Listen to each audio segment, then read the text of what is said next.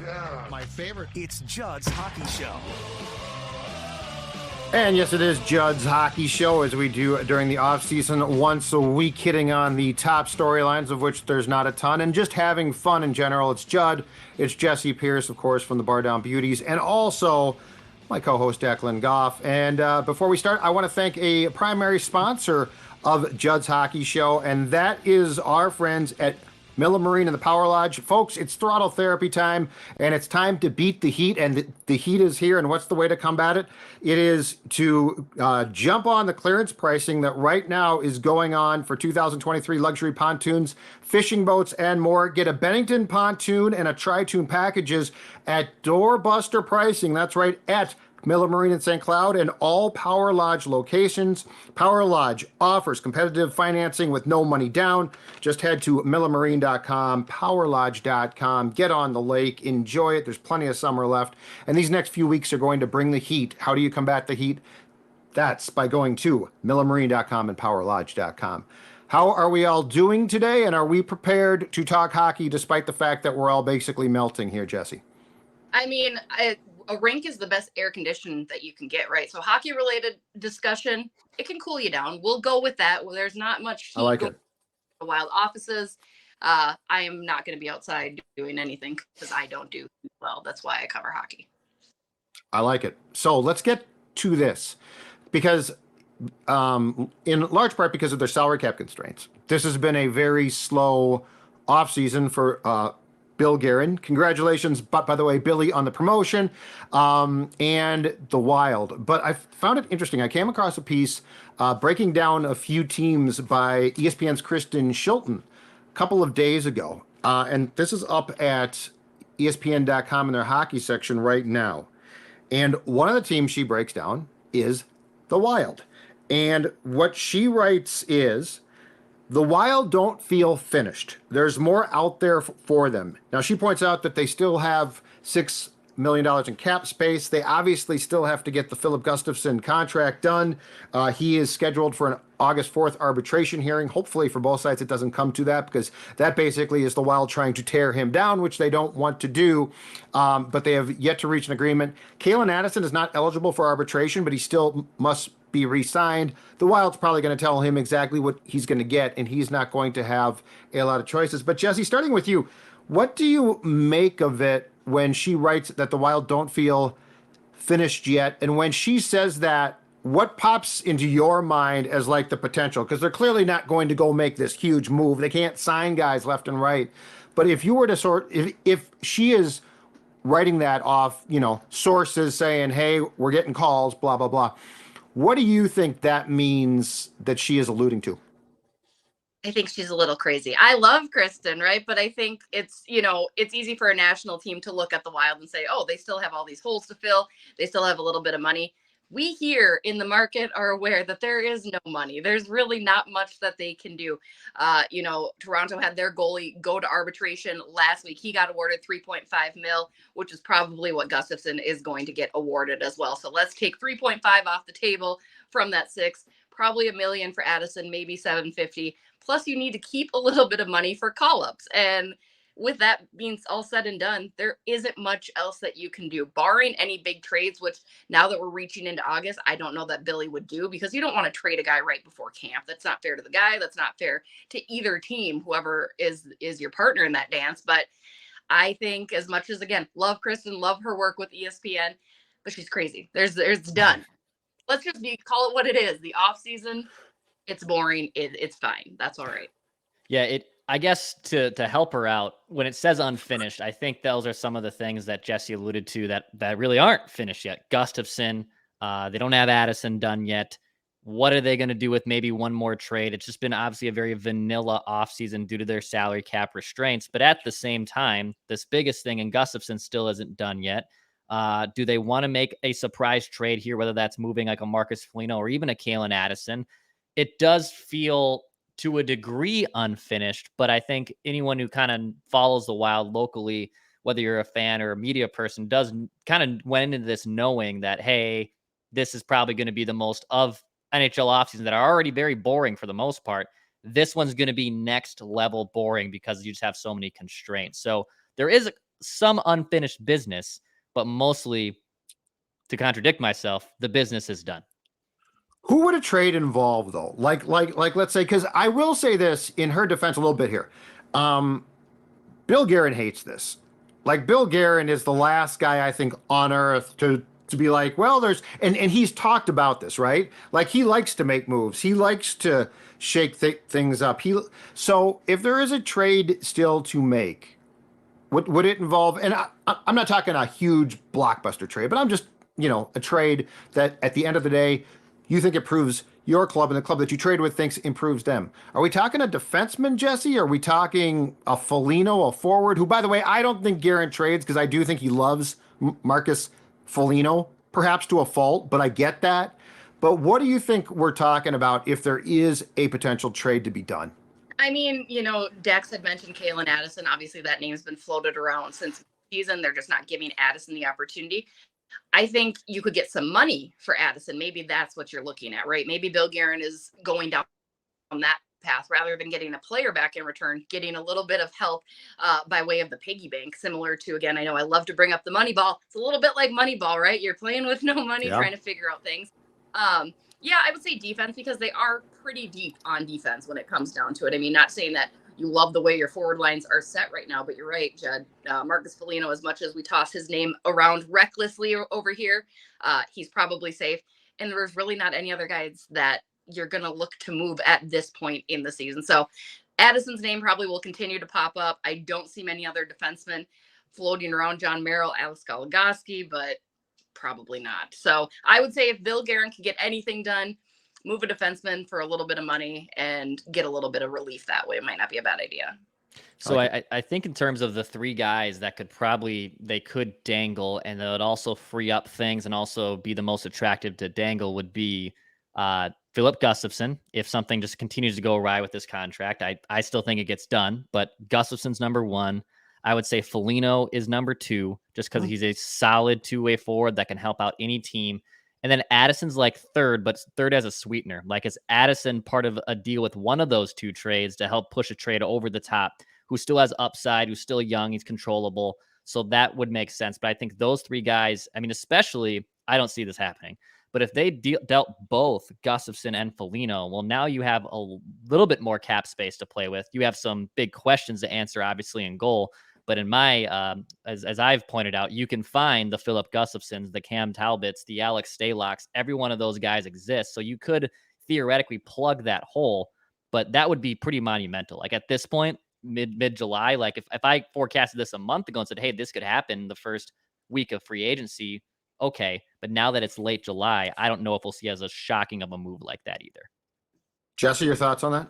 I mean, it's interesting that you bring up Gus because we all know Bill Garen, and we all know that Bill Garen does not deal with the BS. He said it time and time again. And right now, I imagine he's getting very irritated, not necessarily with Philip Gustafsson, but with Philip Gustafsson's agent and the way that he continues to play hardball, knowing the Minnesota Wild situation, knowing that he only had 1 year under his belt. So that is interesting that you mentioned that, Dex, because thinking about how Bill Garen is, the Bill Garen we know and love, maybe he would consider such a thing because he doesn't want to deal with this. He's dealt goalies for less. Yeah, and don't forget what a year ago, July, Cam Talbot, who Bill Garen said, I'm not trading, and it was not just Cam, it was his wife, agent, and Billy's like, okay, he's gone. So what do we think of this?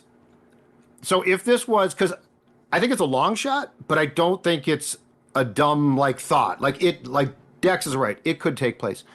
What do we think their plan is right now? Like Jesse, how much do you think that they flat out have faith, and it might not be for 2023-24, that Jesper Wallstedt is going to step in and be their primary guy? And I mean, they do have Fleury now. Could you expedite Wallstedt? I mean, it would just be interesting if you don't think that Philip Gustafsson is going to be the long-term guy, like if that's going to be Wallstedt, and now it's like, okay, dude, you had a good year, we took a chance, and now you're trying to bilk us, and eventually you're going to want a long-term contract.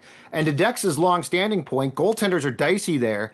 Do we think that this team could try and hurry the process on Wallstedt a bit, given the fact that he has played a year here now. So it's not like he's fresh from Sweden. He has now played a year in Iowa. What do you think of that? I don't think so. I mean, as much as we love the idea, and I agree, Jesper is the future. Gus is the year for maybe another year. I mean, it doesn't matter. Marc-Andre Fleury likely to retire after this year.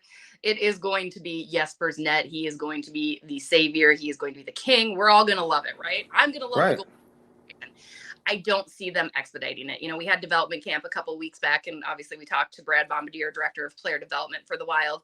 And of course, we asked about Jesper, and they just really want, not saying that they're handling him with gloves necessarily, but they really want to make sure his mechanics are down on the North American sheet. They want to put him in a path for success. And that path of success looks like starting in Iowa, really honing in on the game, really getting some of those mechanics down. So I don't see them. I think if they were to, for whatever reason, end up trading Gus or moving him, I think you do look at like an Alex Stalock, somebody that's been around long enough. I mean, again, knowing that this year is going to play out probably not how we want, probably not as great as we'd like. I mean, you could plug in a veteran goalie there and, you know, flip-flop and hope that Marc-Andre Fleury can carry the bigger load this year.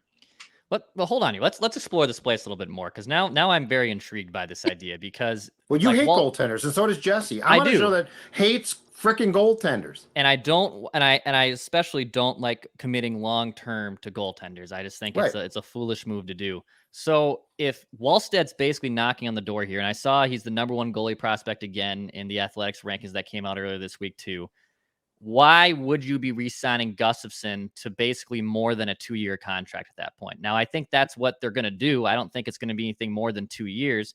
But if Wallstedt's knocking on the door, Fleury's riding out this Cinderella pumpkin ride here, like, why would you commit long-term to Gustafsson if you have Wallstedt in the system? If anything, you should trade Gustafsson now, find your slappy backup, patchwork your goaltending as you always have done. And when the time comes, you call up this goaltending savior that's supposed to be the best prospect we've seen in a long time from that side of the position. So actually, I am now talking myself into, you should 100% trade Philip Gustafsson this summer.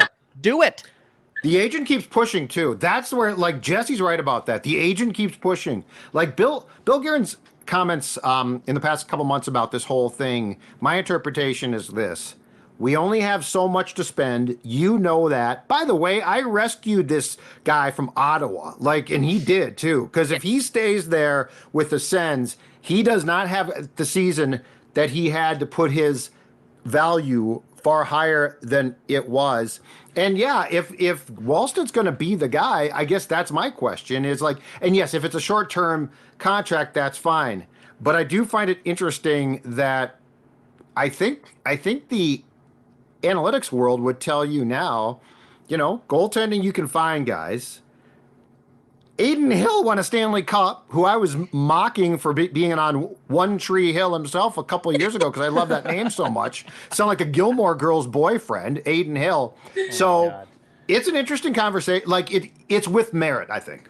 Because what if Philip Gustafsson isn't just a flash in the pan? What if last year leads to better? What if he comes back and is well conditioned and ready to repeat last season and do better? I think that's probably the thing that keeps you holding on to him a little bit, right? Because there's the promise of no sophomore slump. There's a promise that he is as good as he showed us to be last year. So I mean, it's a great discussion point. And again, as we've discussed, I'm hard on goaltenders. I'm very hard on goaltenders, but yeah, you'd be a bad goal. I hope your kids don't play goal.